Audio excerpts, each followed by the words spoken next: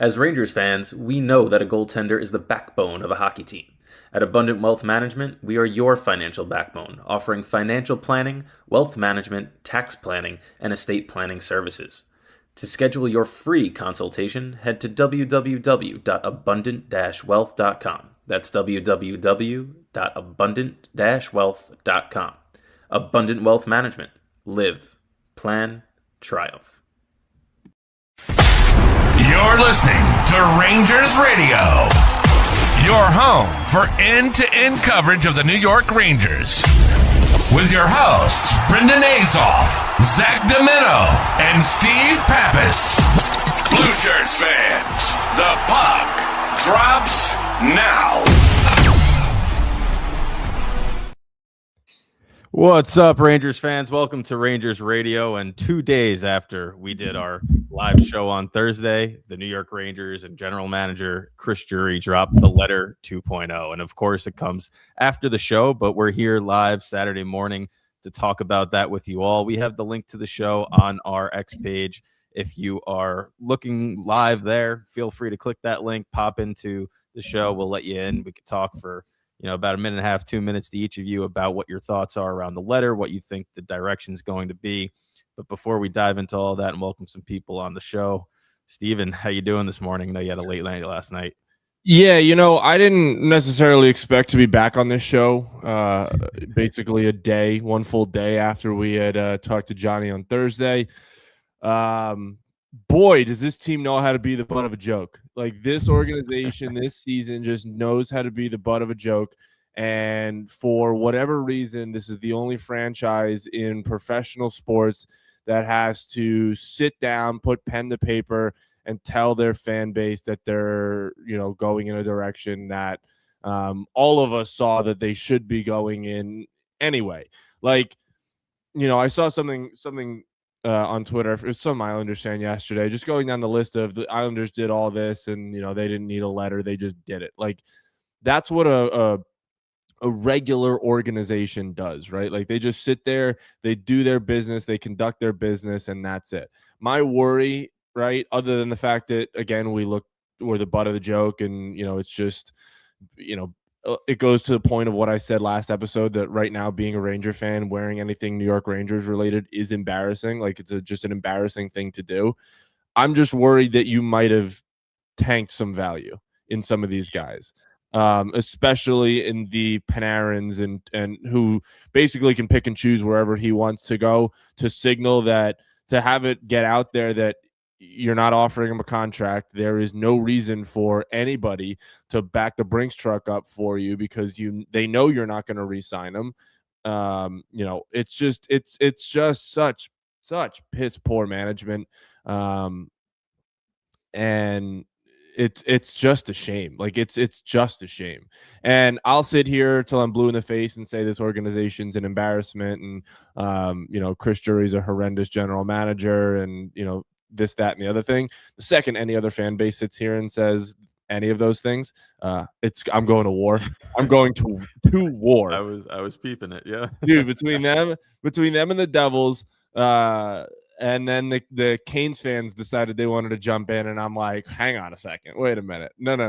This is a family matter. You guys listen. The Canes put up 9 goals last night on the defending Stanley Cup champions. So something in the air in the National Hockey League right now, because the tomfoolery is at an all-time high.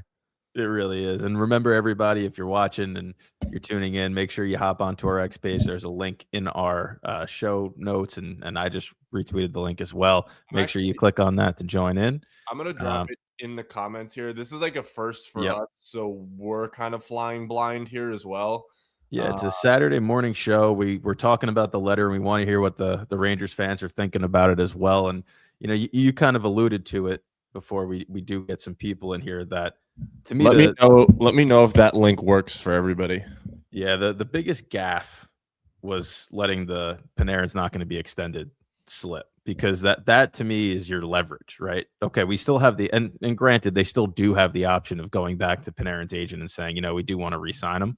It's not like it's completely off the table, but letting that out there becomes something where great. Now everybody knows he's not coming back next year anyway. Is somebody going to pay what they would have at the deadline for him if they think they can have a chance of just signing him in the offseason too? But to me, the biggest question that I had from the letter, and why we're still doing letters and not just getting in front of the media, answering some questions and actually having a presser, it pisses me off to no end. But Chris Drury alluded to the core, right? And he said that the core will be here and we're going to build around that. It's not a rebuild, it's a retool. So immediately my mind goes, what does he consider to be the core? And I have a couple of players that I think are on it, but I wanted to toss that to you first. Who do you think, if you're looking at this roster, is really a part of the Rangers core? You know, I'm very glad that you answered that or asked that question. Still early for me. But I had written down right before we started, I have it's sort of to that degree, but not necessarily to that degree. I had put this into 3 columns, the definitely being traded, I wouldn't be shocked if they were traded, and no, they're going to be a Ranger by the end of this season. This doesn't necessarily answer who the core of the group is, but at least in my mind, the guys that are safe, at least from this purge, like this upcoming purge, this regular season, it's Mika, it's JT Miller. In my mind, I think Will Cooley's safe. Gabe Perreault, Adam Fox, Igor Shesterkin, Jonathan Quick, Vladislav Gavrikov, Will Borgen, Euro Vakanainen, Scott Morrow, Matt Robertson, Matt Rempe, Noah Laba. Those are the guys that I think are, without a doubt, safe from trades and anything this upcoming trade deadline. My wouldn't be shocked. You know what? We'll go to the definite. We'll go to the definitely traded. Obviously Panarin. That's without a doubt. Panarin's going to be gone. Vinny Trocheck, I think, is definitely gone. I think Braden Schneider's gone, and I think Carson Soucy is gone. Like those guys, I know Soucy's injured. He was held out of practice yesterday, not injured, but he personal reasons not making the trip for the game tonight against the Philadelphia Flyers. And then my maybe list is Lafreniere, Radish, Carrick, Othman, Brodzinski. I think I would not be shocked if that group would be traded. I don't think Lafreniere is a definite, but I think he's more on the side of if I had to place a bet, I think he's gone. Yeah, the no trade protection at this point until I think it's 2027 kind of ushers that. I have 7 names down on who I think they would define as the core. Obviously, Igor Shesterkin, Adam Fox. I also have JT Miller and Mika Zibanejad, not necessarily because I think they both deserve to be part of the core, but because their contracts make it harder to move, and I don't think they're going to usher away another captain that quickly. Mika's having a bounce back year, so I think he wants to be a New York Ranger. He'll stay around. And then I have Gavrikov, Gabe Perreault, and Noah Laba just because of their age. Gavrikov just signed a 7-year contract. He's going to stick around too. So those are the 7 guys that I think are the quote-unquote core. The rest of them, like you said, that doesn't mean that they're going to be traded at the deadline this year. That doesn't mean that they might be around long term. I think that there's a chance that those names get circulated. I think Vincent Trocheck's a name that you're going to see. We talked with Johnny Lazarus on Thursday about him. Artemi Panarin's obviously a name that's likely going to be gone at the deadline.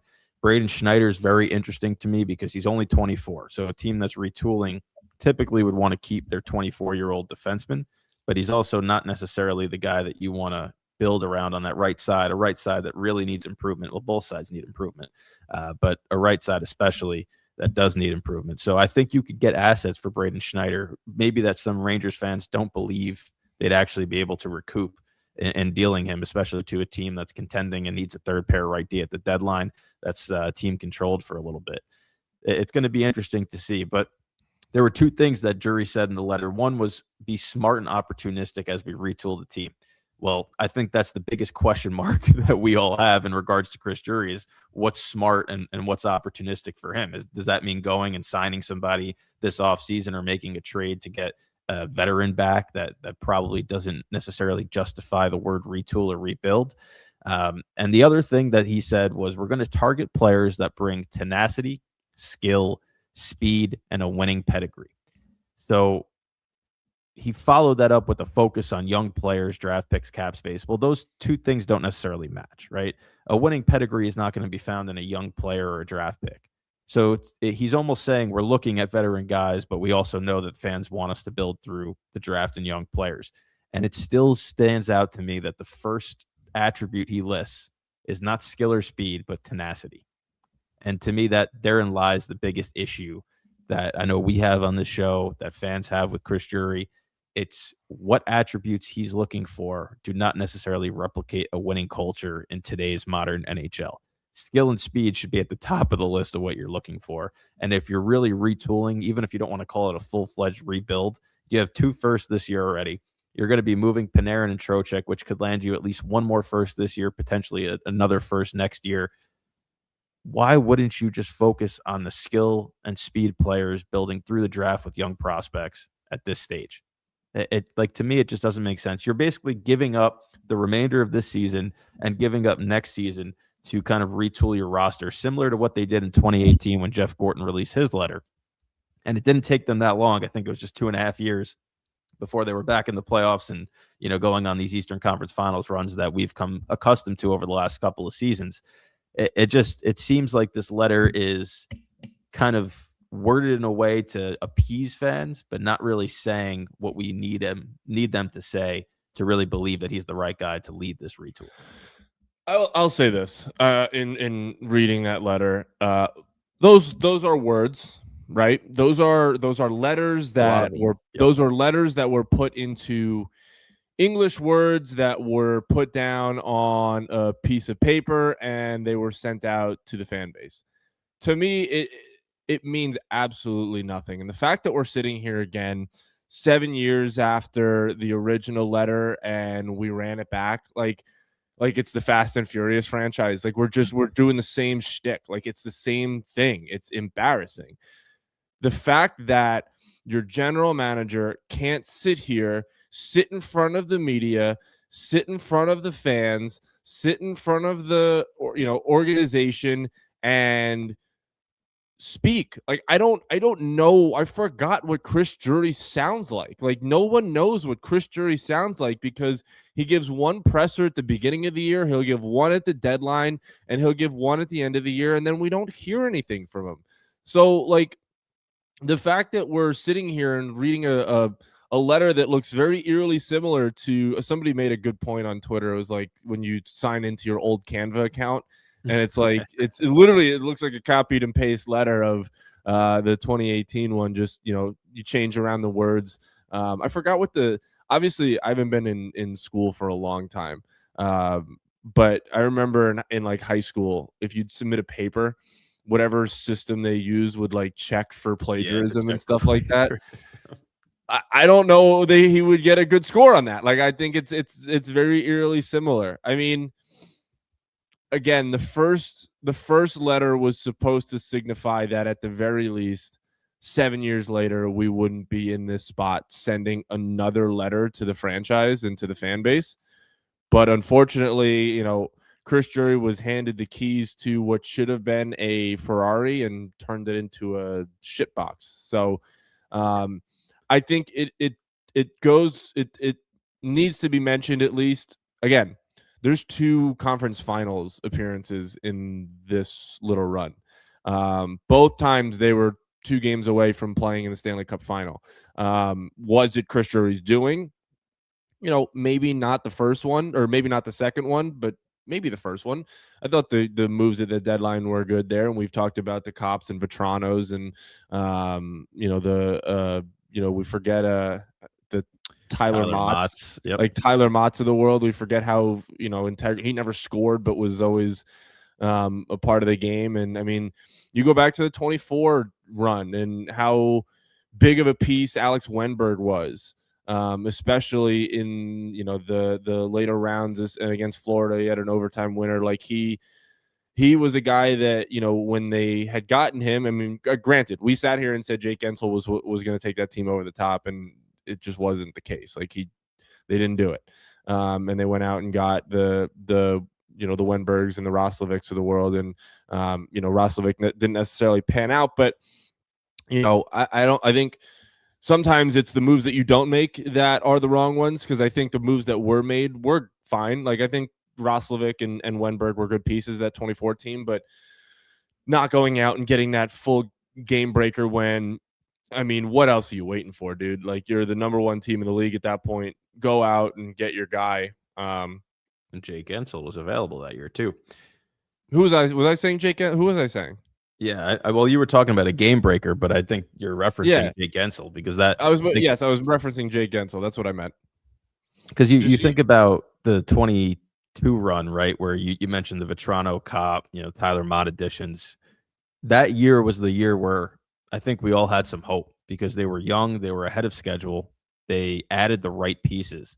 And then the next year after that, rather than continuing with that MO, which clearly had worked because you overachieved in 2022, he went out and he got Tarasenko. And at the time, Tarasenko addition looked really solid. It solidified their top 9. And then he doubled down on that by getting Kane.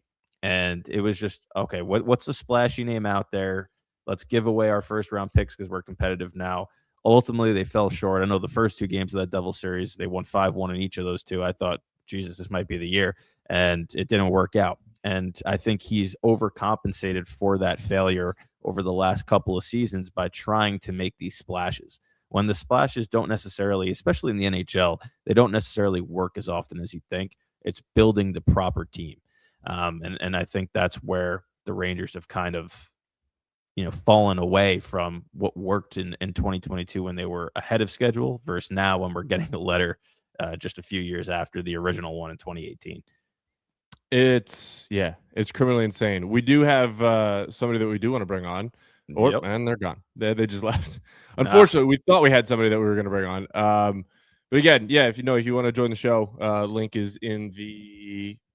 It might be the second link that it's now in there. I don't think the first one was correct. Again, this is our first time ever attempting this, and it's 10:15 in the morning. Not everybody is necessarily the most chatty at 10:15 in the morning, especially about this. I mean, Rangers fans are always chatty, especially about this. And I had more questions reading the letter than I did before it, right? Because before it was all speculation. We were all curious as to what was going on.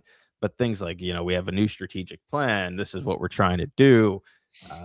They warrant follow-ups, right? And I'm not asking Drury to kind of sit there and lay out his entire plan so that everybody in the league knows it. But your strategic plan, what does that entail? Does it entail going after young players, or did you kind of throw both in there to kind of keep people guessing, and you're really looking at the Kiefer Sherwoods of the world still? Because that still raises more questions than answers for me. Yeah, I mean, it becomes more of again, do you trust the guy at the helm? And how many times have we come on this show and said that we don't? How many times, again, it goes back to what I was saying earlier, words are words until there's action involved. And I don't believe that the guy that is at the helm of this franchise is able to capably run an NHL team. So those are just words to me. It doesn't matter what's said until we figure out what this product is, and that the product is what it should be. Then I'll start to believe whatever words you put down on a piece of paper. But to just run back what the old Reign had done, it's just so tiring. And it's so tiring to sit here and again know that this is the only organization that's gonna do this. And rightfully so. We're just, this whole fan base and team and front office is just, again, the butt of every joke. We're just the butt of every joke for this season and for most of last season. It's just, it's tiring. I sat there yesterday and got to enjoy the Mets signing Bo Bichette for maybe 20 minutes, I think. And even then, I wasn't sure how excited I was about signing Bo Bichette for the first 10 minutes. So I really got 10 minutes of excitement and tranquility, and then immediately to just have Drury drop the bomb on us. And it's this team is the ultimate, this organization is the ultimate buzzkill this year. No matter what, and we've said it, with things that they've done, winning games, and then all of a sudden someone gets hurt, or you lose 6 in a row, and they're gonna play again tonight. We forget they play in a couple hours in Philadelphia, which might be the battle of the blind and the deaf. Who knows? Both of those teams are terrible. How does this team respond? Philly's still flirting with the playoff spot, so I wouldn't. Yeah, they're bad. I think Philly's bad, dude. they were able to put lipstick on a pig. I know I'd said that last episode. They've been able to put lipstick on a pig for most of this season, but they look defeated now.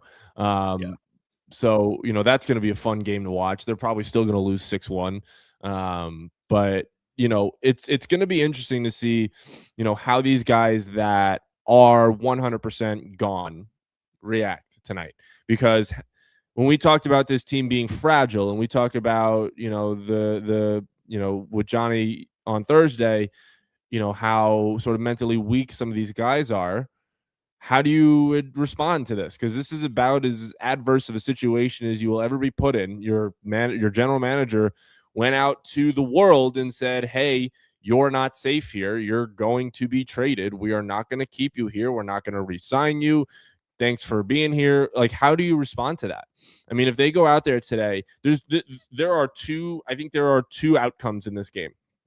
Either they come out and they play their best game of the season and they respond to this well, or the likely outcome of they roll over, die, and shit their diaper and throw a hissy fit after the fact. So, I mean, again, it goes back to the point of, are the guys that lead this team the right guys that lead this team? Which also goes back to the core question. Yeah, it does. And I think that there should be one mindset, right? And the one mindset has two different branches of viewpoint depending on who the player is. But, in regards to Artemi Panarin and Vincent Trocheck, who I think we're all kind of leaning towards, they're likely not going to be Rangers after the March 6th trade deadline. You're not only showcasing your value to your team, but you're showcasing your value now to 31 other teams, especially guys like Panarin that have a full no move and Trocheck who has a moderate no trade where he could submit a list. It's like, if you want to go to a certain spot and you mail it in over the next 6.5 weeks before the deadline, that certain spot might not be available to you at this point. So you kind of have to put your best foot forward. I know it's a tough situation, but you have to showcase what you can do so that these teams are willing to acquire you to go on a cup run. Artemi Panarin, I think that applies a little bit less to, because we all know the skill set that he possesses. There's going to be a contender that wants him. But Vinny Trocheck, I know Minnesota has been, asking questions about him. I looked at their draft cupboard is light now after the Quinn Hughes trade. They have a first in 2027. They don't really have the prospects. Their top prospects are either up with their club or they dealt, Zeev Boyum to Vancouver. So, maybe a Charlie Stramel, maybe they're willing to depart with a Yurov off their current roster for Vinny Trocheck. Who knows where that really goes? But I really wonder what trade Drury sees there. But will Minnesota be available to Vincent Trocheck if over the next 6 weeks he tanks and has a terrible 6 weeks? Or let alone not just with the Rangers, but with Team USA, if he doesn't play his role there, especially in front of Bill Guerin, who's the GM of that team and the GM of the Wild. Like this is a huge turning point. Then you look at somebody like a Braden Schneider, whose name wasn't mentioned yet in the media as a guy that's likely to be dealt, but as somebody who's clearly been in the mix of rumors over the last couple of months. If you have a really good 6 weeks here, you really make Drury's decision tough. If you have a tough 6 weeks here, I don't know. But let's see. It looks like we got somebody hopping in here to give their thoughts, and once they get their device connected. Yep.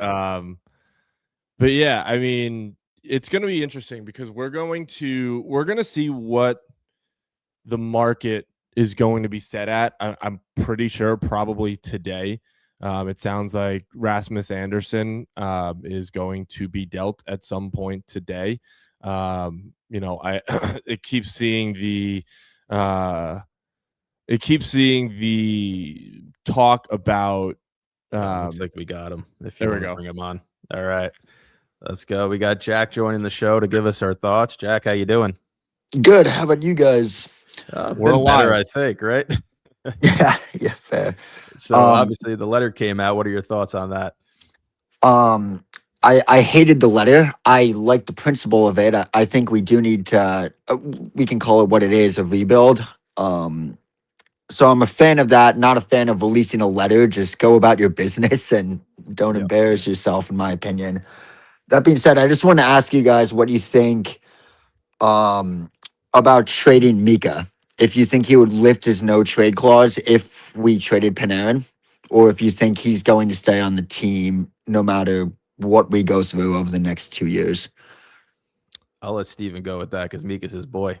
Yeah, I don't think he's going anywhere. I would be as shocked as humanly possible if Mika decided that he doesn't want to play in New York anymore. It's going to come off sort of what's the word? This is just going to come off mean, but I feel like he doesn't necessarily value winning as much as most players do. I think he's got a family set up here. He's got, a good thing going. Like there's more things to being an NHL player than just, being on the ice and winning. And some people it's more important than others. And I think Mika, the family aspect is a little bit more important to a degree, which is not necessarily a bad thing. He is got a young daughter, has no reason to really leave New York City, and he's contractually can do what he wants for the next 6 years, I think, or 5 years, something like that. 4 or 5 now. Yeah. Right. It's getting So towards the end. I would be thoroughly shocked if he said, "Yep, I'm going to pick up my family and go move somewhere else." Yeah, I think if the Kreider one wasn't the knife that forced him out, then I doubt Panarin is. And based on the reporting we saw, Vince Bercogliano, we saw Molly Walker, they all put out that Drury had met with these guys individually, especially the leadership group and everybody as a team. And it seems that they have buy-in from that group of veteran guys. I can't imagine Mika saying, you know what, Panarin moving on, we're not going to be good for the next couple of years is what's going to force him out, because again, there is a human aspect to it. Although a couple of years of bad hockey might change his mind there. Yeah, right. Yeah, like today, like if we talk about just solely today, like if we're talking about by the deadline, no, like he's not going to waive. But I mean, maybe in a year or two, who knows? Like, who knows what happens 12 months from now when his value's at a low. But hey, listen, what did I say at the start of the year? He's going to score 30, and all of a sudden he's going to score 30 this year. So he's close. But Jack, thanks for coming on. We appreciate the question and hope to do this again in the future. We got Nicole now and waiting to come on. So Nicole, how you doing? Thank you for coming on the show. Let's hear your thoughts on the letter and what's unfolded over the last 48 hours in Rangers. Hey guys, morning. Can you hear me? Yeah. Yes, we can. Cool. All right. Yeah. Just to keep it short, because I don't want to take up too much time, but I think this letter is kind of expected, to the sense that I think this is kind of what Drury's been trying to do since they lost in the conference final in 2024. I think the injuries to Shesterkin and Fox helped push it along, and it's kind of like BS to me, depending on how he goes about it. To me, the game breakers, if he actually bites on a Trocheck deal, that's kind of the midway point, I think, of taking it fully seriously versus like, all right, we're going to trade Panarin and Susie and the obvious people. So to me, it's like, we obviously don't know what offers, if any, have been given for Trocheck, but if he takes that jump and then, further ones, I'll be like, all right, we're taking it seriously. But my big problem is that Drury's the one that gets to do all this. I don't want him making these decisions, but obviously he's not going anywhere. So I guess we'll see what unfolds. Obviously, Panarin and these guys that we know are going to get traded are out the door. But to me, if he gets a good offer on Trocheck, he needs to take it, because that could be the biggest haul we get. Yeah, I think we share that sentiment with you, that we're not sure Drury's the right person to be moving forward with this. But a letter like that, Dolan's comments the other day, it seems his job is pretty secure at this current moment. So we're going to have to deal with what he does. And I think Trocheck will get dealt. I know Johnny was on the show Thursday. He was pretty emphatic about that too. That was the guy that he picked would be the guy that get traded. And we'll see. I mean, Panarin, like you said, is obvious. He's coming up on a expiring contract. Trocheck has term, so I get that. And I think Trocheck leaving might open the door to some other guys like Lafreniere, Schneider, and some of the players that might be a little bit more controllable. Cooley's another name that I know teams would love to have, but is he willing to part with a guy that's 23 years old, under team control for the next couple of seasons, and seemingly fits what Drury looks for in a player, which is some size, grit, and tenacity, which was the number one aspect that he listed in his letter to fans the other day. Yeah, and I think the timing of it too, it's like you have a good amount of season left to experiment with some of these younger guys. If you get these guys out the door, give I know Berard didn't do much this year, but get him up here, get off, not Offman, Pro on power play 1. Like, just see what you have in the remaining 40 games. That's the only way you're gonna know. Yeah, again, we all sort of share this sentiment that Chris Drury is not the guy.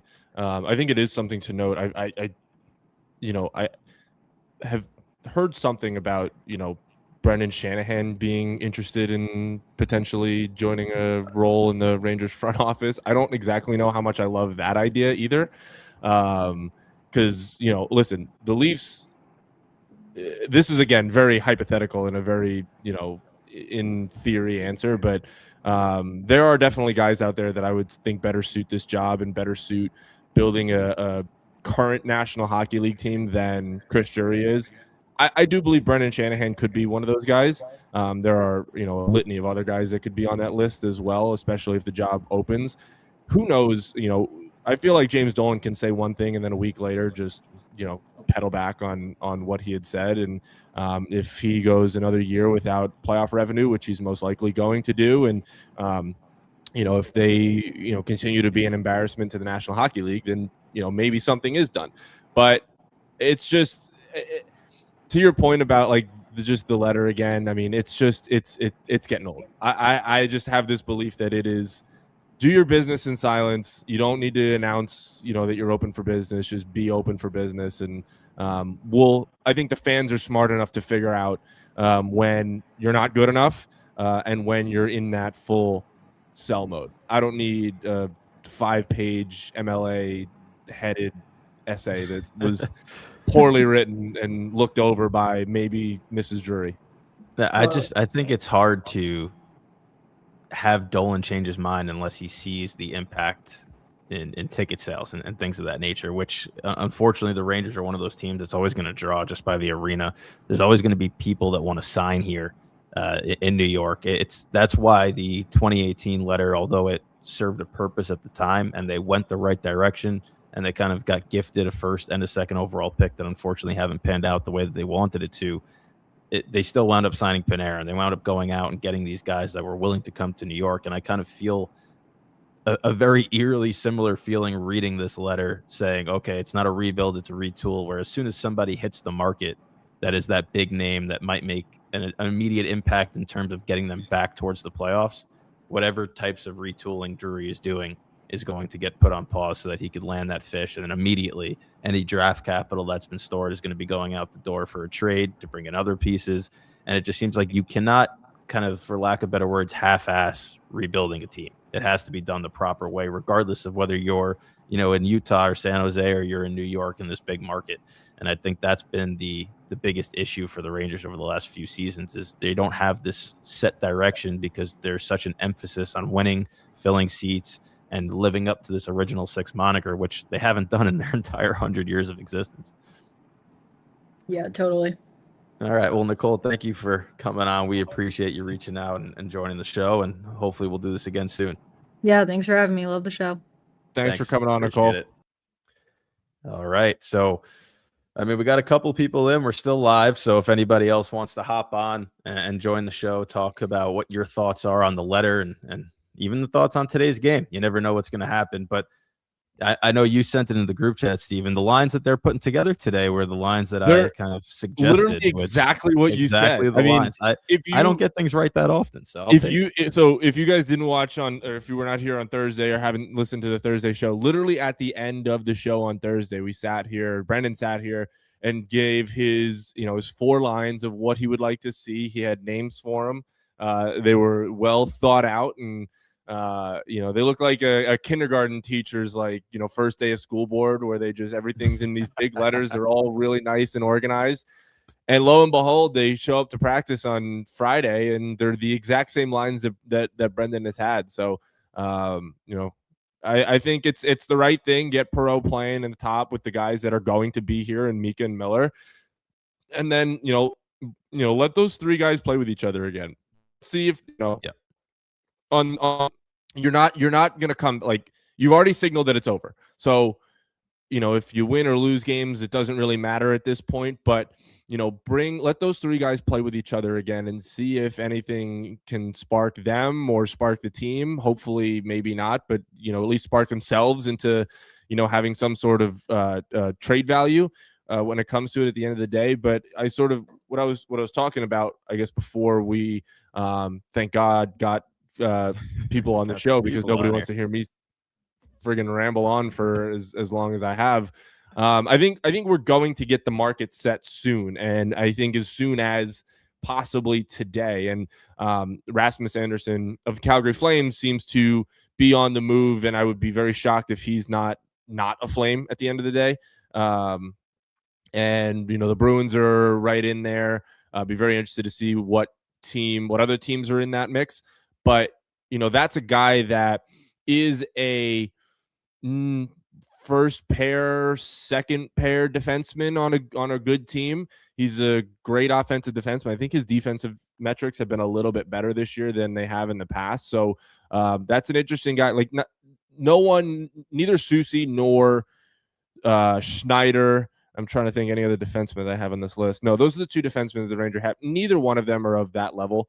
So don't expect like anything similar when it comes to a return than whatever the Flames get back for him. But at the end of the day, it's going to set the price. And how valuable are D-men? How valuable are centers? How valuable is a winger? That's what we're going to be focused on for the next couple of weeks until the March deadline. So here's a question that I have for you, and somebody mentioned it on Twitter, but I want to ask you: do you believe that Panarin before the Olympics is dealt? Is he a Ranger before the Olympics?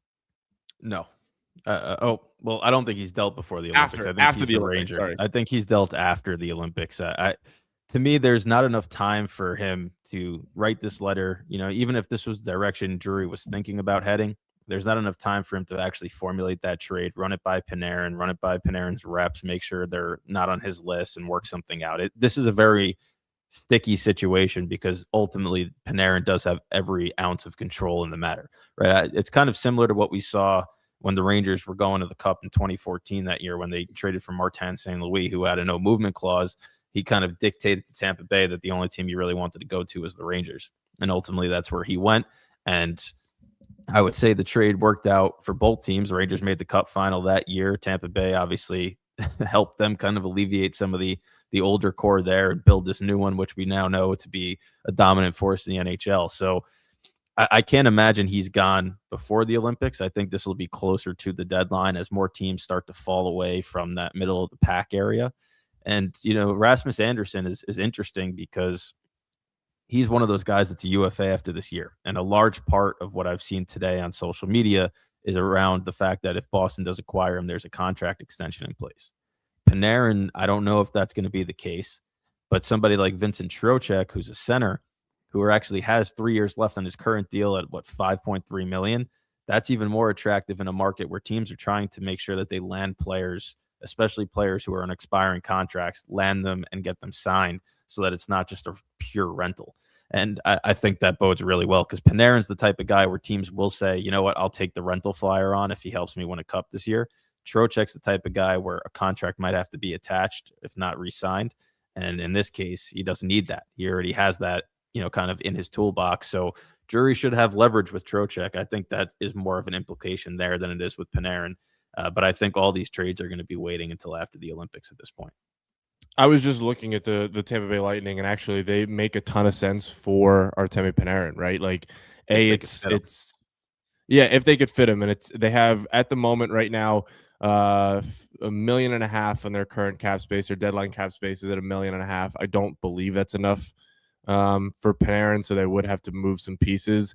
Who knows how long Braden Point's out? I mean, you could they're known for using that LTIR money, so who knows what happens there. But I mean, their left wing depth is not great. Like, they have Gensel obviously is their number one. Hagel is their number two. Like, do you believe that Artemi Panarin is a better left wing option than Brandon Hagel, and moving Brandon Hagel to a third line winger? Well, that just deepens their team because Hagel's been amazing since he's been acquired by Tampa. So that team is already really good. They're first in the Atlantic, and then you start to play around with that possibility. I mean, I've seen Dallas linked to Panarin. Colorado, I don't know how necessarily he fits unless like a Sam Girard is coming back in that trade just I to wouldn't free hate up some that. cap. I wouldn't hate that either. And Colorado knows what they're doing, right? So that's an interesting dynamic there. That team doesn't lose hockey games already, and now you add a guy like Panarin that could just extend their scoring options behind the McCarrs, the McKinnons, the Natchuses. That would be a crazy scenario too. And that's one team where you look at it right now on paper, Panarin's waving to go there because the odds of winning a cup are extraordinarily high with that franchise this year. This is going to be a very intriguing scenario. And like Nicole said, the Panarin trade, we all kind of know it's going to happen at this point. That's not going to be the straw that breaks the camel's back for us believing this is a true retool or rebuild. But when you start to throw the Trocheks in there, the Schneiders, maybe even a Lafreniere, see what happens, that's more interesting. Lafreniere might be an offseason move. I could see that being somewhere at the draft. The Rangers package him with one of their first picks to move up even higher. See what you can get out of that. But I'm intrigued now. This is the most I've been intrigued since, probably the first couple of games of the season because we really haven't had much excitement watching them. And just kind of referencing what we talked about a couple of minutes ago, I had Miller, Zibanejad, and Perreault was called the returning line. Trocheck, Panarin, Lafreniere was the showcase line because I think a couple of those guys, if not all three, will be dealt. And then the youth line was Cooley, Laba, and Hoffman. And that's exactly the top six that top nine, that they're rolling out this afternoon in Philly. Yeah, I'm just going through different teams right now. The Dallas Stars at the moment, they have the cap space to fit Panarin without giving up a NHL player at the moment. They don't have a first-round pick, though, this year. The Rangers might already have it, depending on who finishes. That's true. In Carolina or Dallas. That is true. Scenario. The Rangers they might have that first-round pick, but at the end of the day, is that a deal that you're going to make knowing that you are not getting an extra first-round pick this year? Well, do they have? I don't know 27? if I make that trade. They do have their 27. Yes. Would so you really wait a year? It depends on the player. I think that's going to be paramount here because by calling it a retool and not a rebuild, Drury is not necessarily just going to be stocking the cupboard with draft picks because draft picks, as Rangers fans, we know don't always pan out. And two, they might not necessarily be ready to step in next year or in 28 right out of the gate and be effective. So if they're willing to attach a young forward, young defenseman that has some, high prospect pedigree and they're deferring their first round pick to the next year, I do think that Drury bites on that because not only do you have now 2 picks in both of these first rounds, both in 26 and 27 by doing that, but you could also move one of those first round picks in 27 to move up in the draft this year. It creates some flexibility in terms of how they can maneuver this year's draft. If they don't like the players that are left where they're currently slotted, do they want to trade back? Do they want to acquire more capital? There's several options that you could do. So I wouldn't rule them out just because they don't have the 26 first, because they do have some young, intriguing players on that team, especially forwards that might not get the same playing time if they do acquire an Artemi Panarin. This is me thinking out loud. So don't take this with anything other than me having a thought. What is your thought and opinion on giving Dallas the first round pick back with Artemi Panarin for Jason Robertson? I don't think Dallas does it. And the reason I don't think Dallas does it is because if they're in this win now mode, it doesn't make sense to part with Robertson to add Panarin because one is not controlled. And then you have Jason Robertson, who's been there and they know what they can get. He's having probably his best year of his career. The other aspect is in that division, Colorado's running away with it. Dallas, and we've seen this in years past with this new playoff format. It's not like Dallas being as good as they are gets this cakewalk, right? And gets to kind of play a lower seed. They get to play the 3 seed in the Central. They play Minnesota. They play Minnesota, exactly, who's looking to add Vincent Trocheck. So losing Robertson to add Panarin in a first doesn't necessarily enhance Dallas's chances of getting past Minnesota in the first round and then getting past Colorado if that's where it comes down to. So I think they would need them both for Dallas to be like, okay, we'll acquire Panarin, which leads to what we were just talked about, right? So who comes back in that trade, and what do they offer in return? Yeah, I'd have to go through Dallas's. I'd have to go through Dallas's prospect pool. I have not yet. I had never really considered Dallas as an option, being that they are obviously a didn't have a first round pick this year. That was, I guess, the big hang up for me.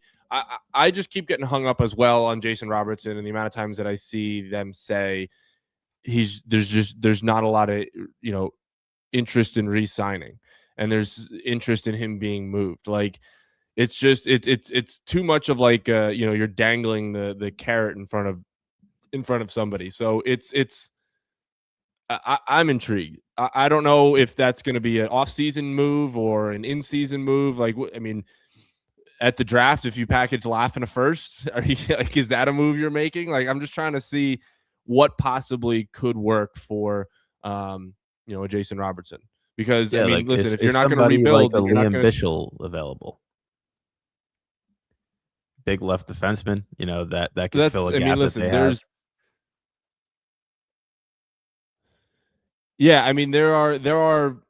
I think there are less guys in the Dallas system than there are in other systems that I've seen, particularly in Detroit's system. Like, again, this all comes down to Artemi Panarin. What does Artemi Panarin want to do? And again, we've kind of cycled on the point that, like, hey, he's at the end of his contract in general, so it's not like if you get traded there for 4 months, like, you're not set in stone there for the next 4 years at least. So there could be a little bit more flexibility there to where you play for the next 4 months, and then you can sign wherever you'd like to sign in the offseason. Is Detroit the place? Is Buffalo the place? Is Dallas the place? Is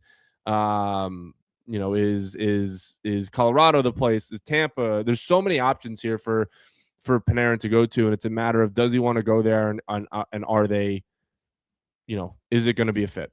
I think that's what we're looking at right now. Dallas can offer Niels Lundqvist, and we know how much the Rangers like acquiring players they used to have. Christ, dude, do you want to send me into the morgue early? That's crazy. So Nicole just said there's 2 top teams in the East in on Rasmus Anderson. Do you think whoever misses calls Drury on Schneider? I think that's a huge drop off to go from going after Rasmus Anderson to going after Braden Schneider. They fill 2 very different roles. But I do think there are several teams. Dallas is one team that, when we did our mock trades a few weeks back, I had Dallas looking at Braden Schneider because I think they need some physicality and size in their third right pair spot. But if they're obviously going after Panarin, you can kind of get rid of that, because I don't think they have the assets to acquire both of them in one trade. So I could see a lot of teams calling Drury on Braden Schneider, especially a lot of teams that are competitive and set in their top 4.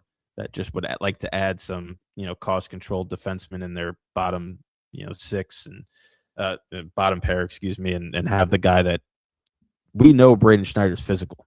And in the playoffs, you need somebody on the back end that can be physical. If he's sheltered in minutes and is not facing the other team's top units, he's probably much more likely to succeed in that scenario. Right now, he's playing on the top pair with Gavrikov. That's never been designed for him. And he's definitely not ready for it. What a joke, man. What a fucking joke. And you got Maloney on the broadcast going, he's got no IQ for the game. Like, there are things that I've seen a lot, and it's not just Schneider. I don't want to, crap on him, because it's not just him. Obviously, it's been a bad season overall, but there are so many plays where you have high IQ guys like the Foxes and Panarins that are stopping, making plays. And then the guys that have less skill, like Will Cooley does it all the time, where he tries to pull up and do the Panarin. He doesn't have that vision and ability. And then you have guys that just do not read the flow of the play. There always has to be a man left, right? There always has to be somebody on the defensive mindset, especially when you're playing with the puck in the gray areas of the ice, right inside that blue line. And they're continuously misreading situations, thinking they have full possession when the puck is really up for grabs. You look at kind of the nail in the coffin of this group when Zibanejad turned that puck over in the playoff game against Florida. It was a similar situation where he made a pass in the gray area, and everybody was kind of flying by thinking offense, and nobody had the right mindset to go, if he makes this high-risk pass, somebody's got to be left behind here to defend. It just didn't happen.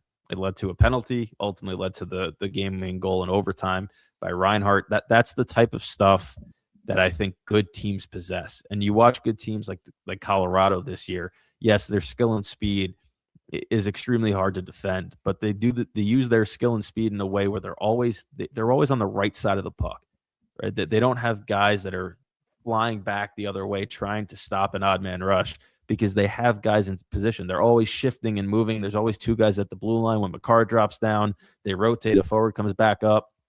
That's how good teams succeed. I've said this about their power play. It's too stagnant, especially without Fox at the blue line. They just don't move well enough without the puck to alleviate the issues that they have scoring. And if they started to move well without the puck, some of that would change, but they just don't have that ability. I don't necessarily think it's coaching, because it's been 3 different coaches that we've seen this under. It's the team. And when it's the team, you have to do what Drury's planning on doing, which is retool. It's just a matter of if he does it the right way. Yeah, no, it's so painfully obvious watching them, especially. I mean, you see it so much in the offensive zone. Before I do talk about it, if you guys do want to come join the show and talk for a little bit, we are putting that link in the comments of the show. It's on Twitter as well, on both of our Twitters. So if you'd like to come rant, as a safe space for Ranger fans. It's a safe space for if you're not a Ranger fan and you want to tell us how shitty our organization is, and then we'll yell back at you, because again, this is a family matter. This doesn't concern you. This is us. We're dealing with this right now. You don't gotta come break our, what is it? He who lives in a glass house shouldn't throw stones. That's where we're sitting at right now, especially if you're. I'm out on the Confucius sayings. My bad. But it's so obvious that this team's got just nothing in the offensive zone, and we've noticed it since maybe the second week of the season.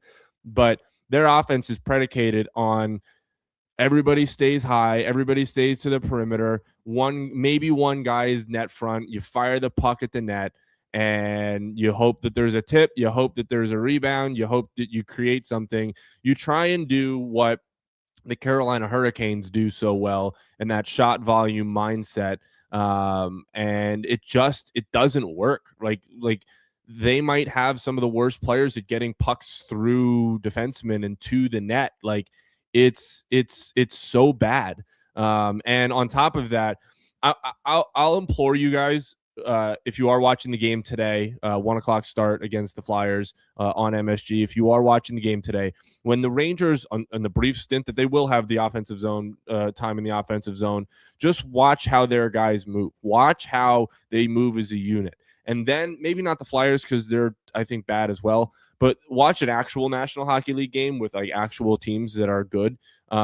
Watch how they move when they have possession in the offensive zone. It's not stagnant. It's not uniform. Like the Rangers, when they're moving, it's almost like in unison, which is not necessarily a good thing. They're all moving in one direction or the other. Or they're just not moving at all, as Nicole just mentioned, but which is more likely what is going on. But if you watch, like, again, the Avs are like the pinnacle of this example, but if you watch just any random team, if you watch the St. Louis Blues are a bad example because they're offensively challenged too. I'll go back to the Buffalo Sabres just because I love talking about the Buffalo Sabres because they're so good. If you watch the Buffalo Sabres in their offensive zone, how many guys are cycling through the middle? It's not just everybody's moving left at one time, everybody's moving right at one time, no one's moving at all. There are guys cutting through the slot. There are guys getting to the front of the net. There are defensemen that are activating down low, and they're not necessarily replaced by their forwards, but the forwards are still creeping up to create offense and create different shot lanes and different angles of attack. Whereas the Rangers just try and go through the one channel, and they're just going to try and shoot the puck at the net.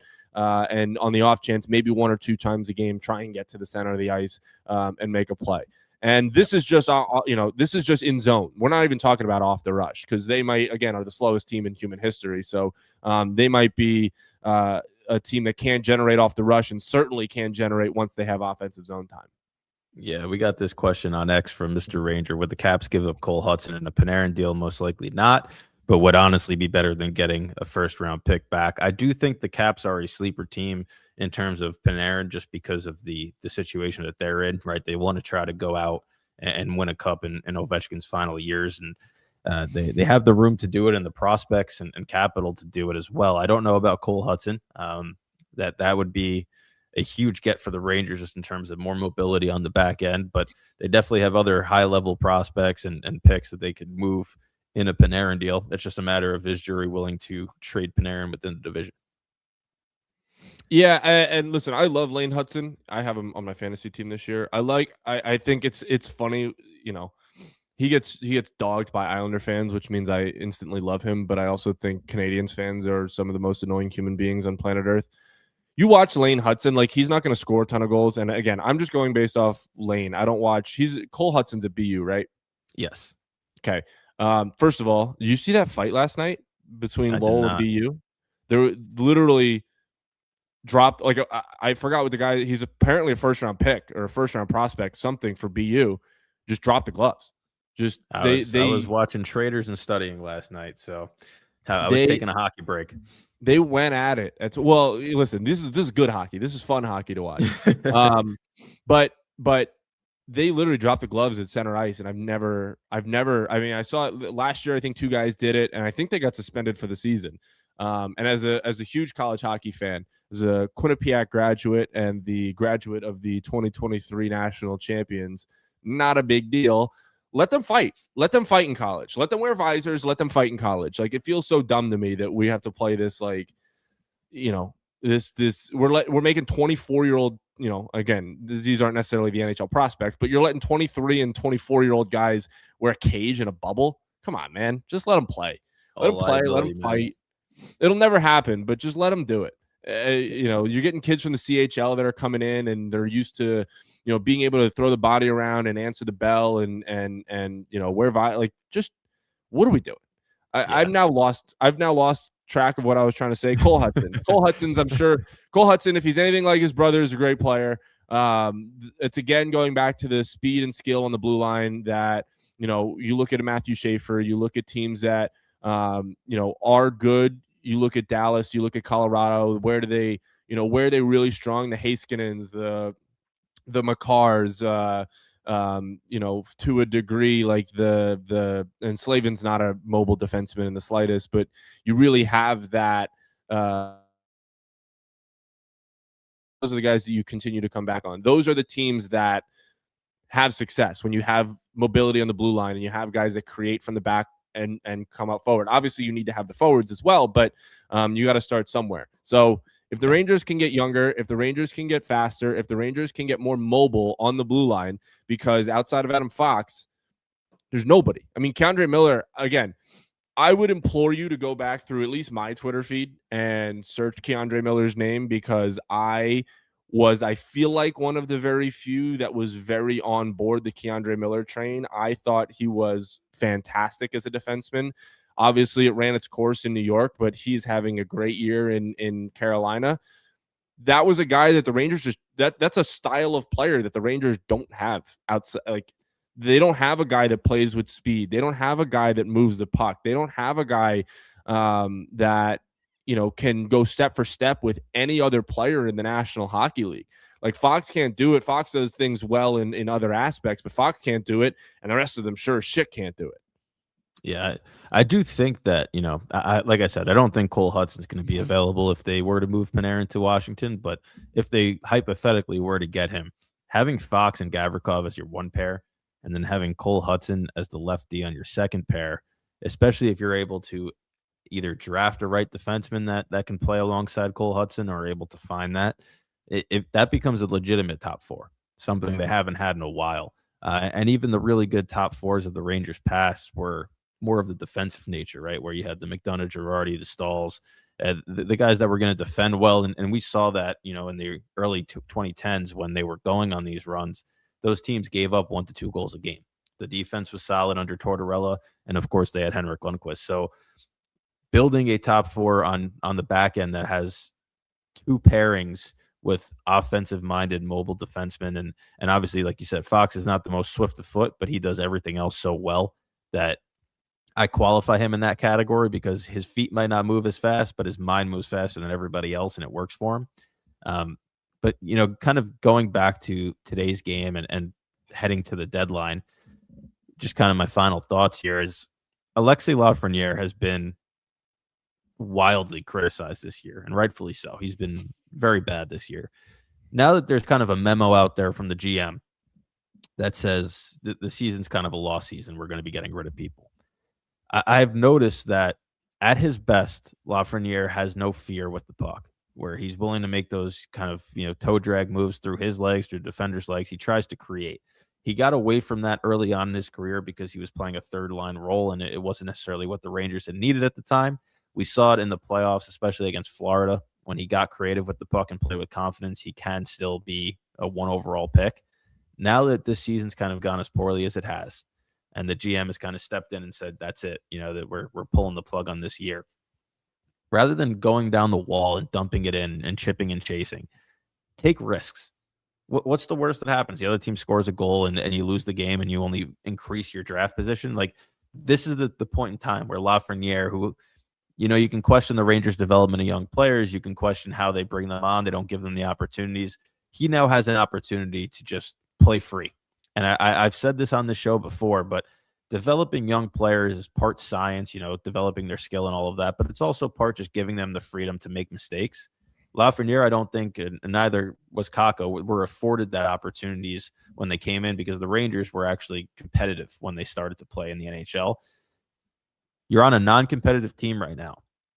Take risks, make plays. And if the Rangers aren't encouraging that, and like their power play 1 today in the game against the Flyers is the exact same as it's been all year, it really should have Lafreniere on it. It should have Perreault on it.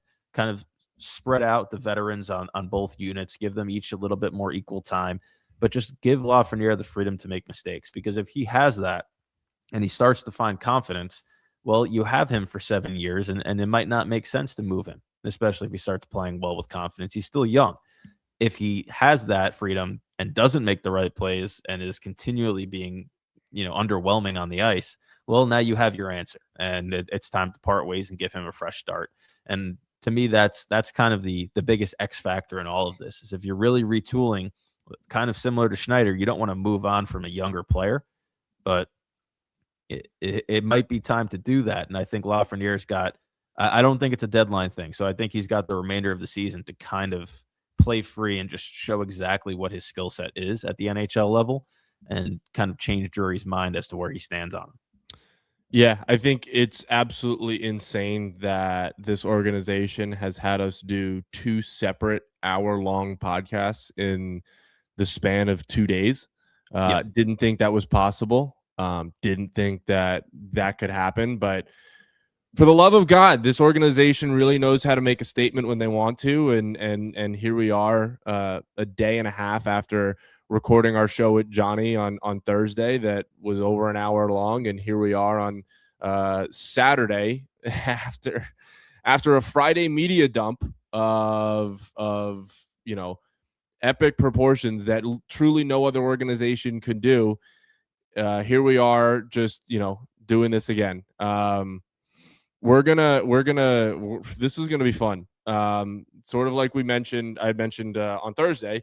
I'll be in LA on Monday and Tuesday for the games in Anaheim and in LA. So I'll get a firsthand look at what these new Rangers look like, what it means, how they're gonna play, and we'll go from there. So hopefully I'll be back by Thursday so we can do another show, a third show of the week, basically.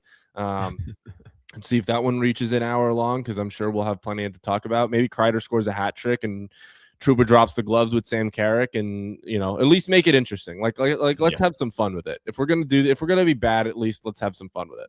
Yeah, I think that's been the biggest problem, right? Is that they've been bad, yes, fun. But there's been no fun, no energy. Like you're getting beat by 6-7 goals in a given night, and you're not having any pushback, whether that's physicality. Johnny kind of mentioned it in the post-game presser where he asked about some anger, and he said, I'm not asking to see them necessarily drop the gloves, but there's something to be said for having some tenacity and fight when you're down, having some pride.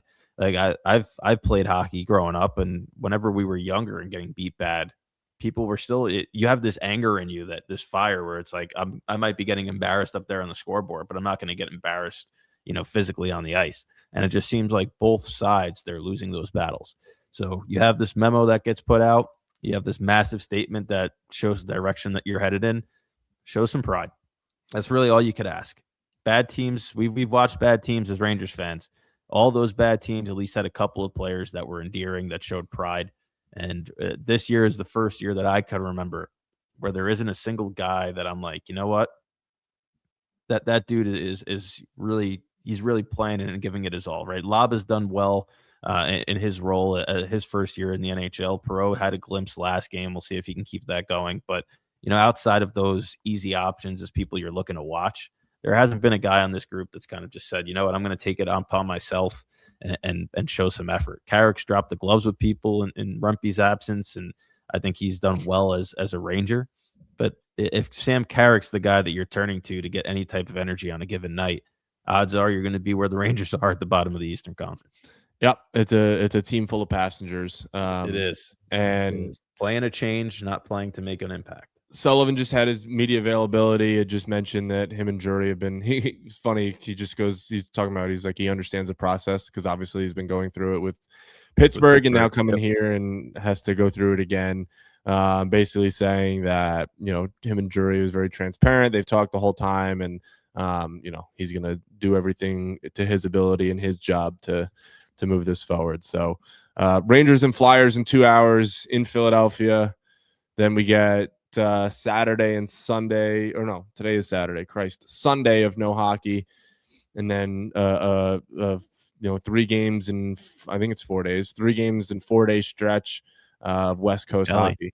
Yep. Yeah, West Coast hockey. So we've given you guys 2 hours and 15 minutes of hockey content to digest over the last 48 hours. So hopefully you are listening to it. We appreciate everybody that's tuning in today, tuned in Thursday. Thank you for everybody that popped on and commented your questions and talked with us. We'll hopefully do that again very soon. And like Steven said, goal is to be back on Thursday night with some more hockey talk, whether that's good or bad, we're about to see. And it starts today at 1 with the new look Rangers after the letter. All right, guys, appreciate it. Thank you so much. And hopefully we can hear you guys in the future. It was a fantastic episode. I loved hearing from you guys. So let's keep it going. See you later. Have a good one.